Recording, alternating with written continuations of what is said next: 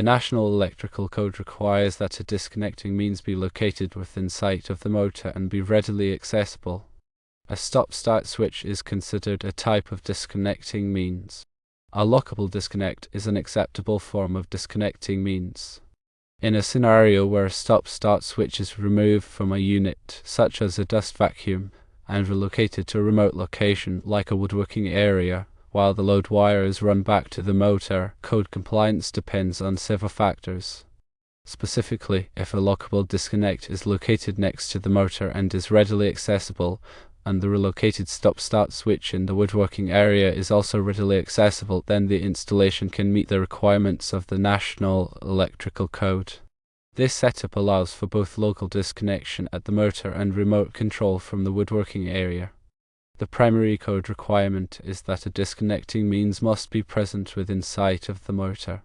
A lockable disconnect fulfills this requirement, ensuring that the motor can be safely isolated for maintenance or repair.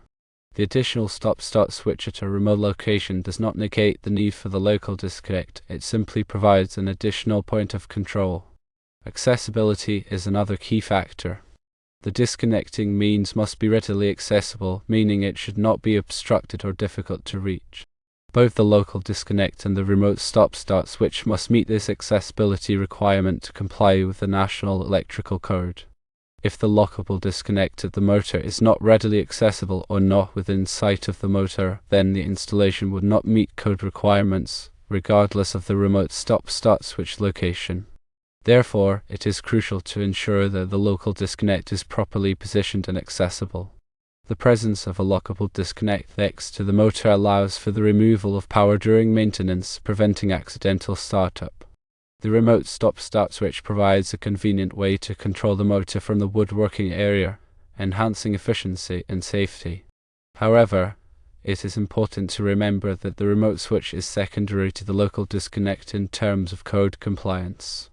The local disconnect is the primary means of ensuring the motor can be safely de-energized. In summary, relocating a stop-start switch to a remote location is permissible under the National Electrical Code, provided a lockable disconnecting means is located next to the motor and is readily accessible, and the remote stop-start switch is also readily accessible.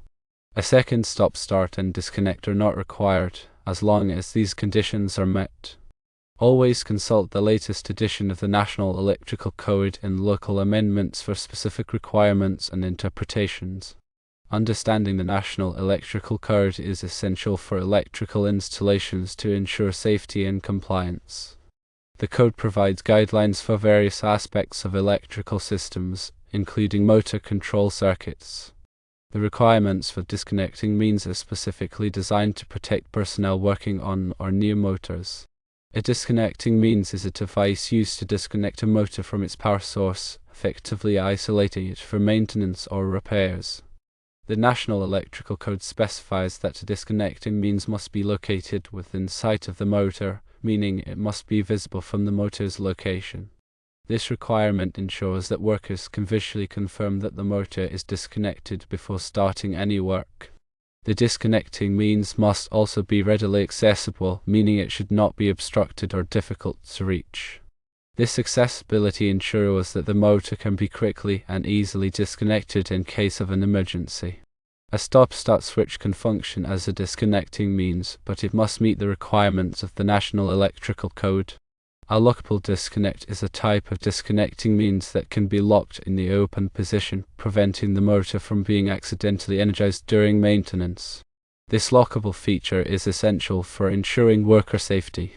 When relocating a stop-start switch to a remote location, it is important to maintain compliance with the National Electrical Code. The lockable disconnect located next to a motor must still be readily accessible and within sight of the motor. The remote stop-start switch does not replace the need for the local disconnect. It simply provides an additional point of control. The installation must be designed to ensure that the motor can be safely disconnected from either the local disconnect or the remote stop-start switch. The wiring for the remote stop-start switch must also comply with the National Electrical Code. The wiring must be properly sized and protected to prevent electrical hazards. The remote stop-start switch must be rated for the voltage and current of the motor circuit. It is also important to consider the environmental conditions in the woodworking area when selecting the remote stop-start switch. The switch must be suitable for the dust and debris that may be present in the area. In some cases, it may be necessary to use a dust-tight or waterproof switch to ensure reliable operation. The National Electrical Code also addresses the use of control circuits for motor control. A control circuit is a circuit that controls the operation of a motor, such as a start-stop circuit. The National Electrical Code specifies the requirements for the wiring and protection of control circuits. It is important to ensure that the control circuit wiring is properly sized and protected to prevent electrical hazards. The control circuit must also be designed to prevent accidental startup of the motor. This can be achieved by using a control circuit that requires a deliberate action to start the motor, such as pressing a start button. In addition to the National Electrical Code, local codes and regulations may also apply to motor control installations. It is important to consult with local authorities to ensure compliance with all applicable codes and regulations. Proper grounding is also essential for motor control installations. Grounding provides a path for fault current to flow back to the source, tripping a circuit breaker or fuse and preventing electrical shock hazards. The National Electrical Code specifies the requirements for grounding motor control circuits. It is important to ensure that the motor control circuit is properly grounded in accordance with the National Electrical Code. The grounding conductor must be properly sized and connected to the grounding electrode system. Regular inspection and maintenance are also important for motor control installations. Inspection should be conducted to identify any potential hazards or code violations. Maintenance should be performed to ensure that the motor control equipment is operating properly. It is important to keep the motor control equipment clean and free of debris. The disconnecting means should be tested periodically to ensure that it is functioning properly. The remote stop-start switch should also be tested to ensure that it is operating correctly. By following the requirements of the National Electrical Code and performing regular inspection and maintenance, you can ensure that your motor control installations are safe and compliant. This includes ensuring that the lockable disconnect is readily accessible and within sight of the motor, and that the remote stop-start switch is properly wired and protected. Remember, safety is paramount when working with electricity, and adhering to code requirements is crucial for preventing electrical hazards. Therefore, relocating a stop-start switch requires careful consideration of the electrical code and safety requirements to ensure a compliant and safe installation. It is always recommended to consult a qualified electrician for any electrical work to ensure compliance with all applicable codes and regulations. This ensures that the installation is performed correctly and safely, minimizing the risk of electrical hazards.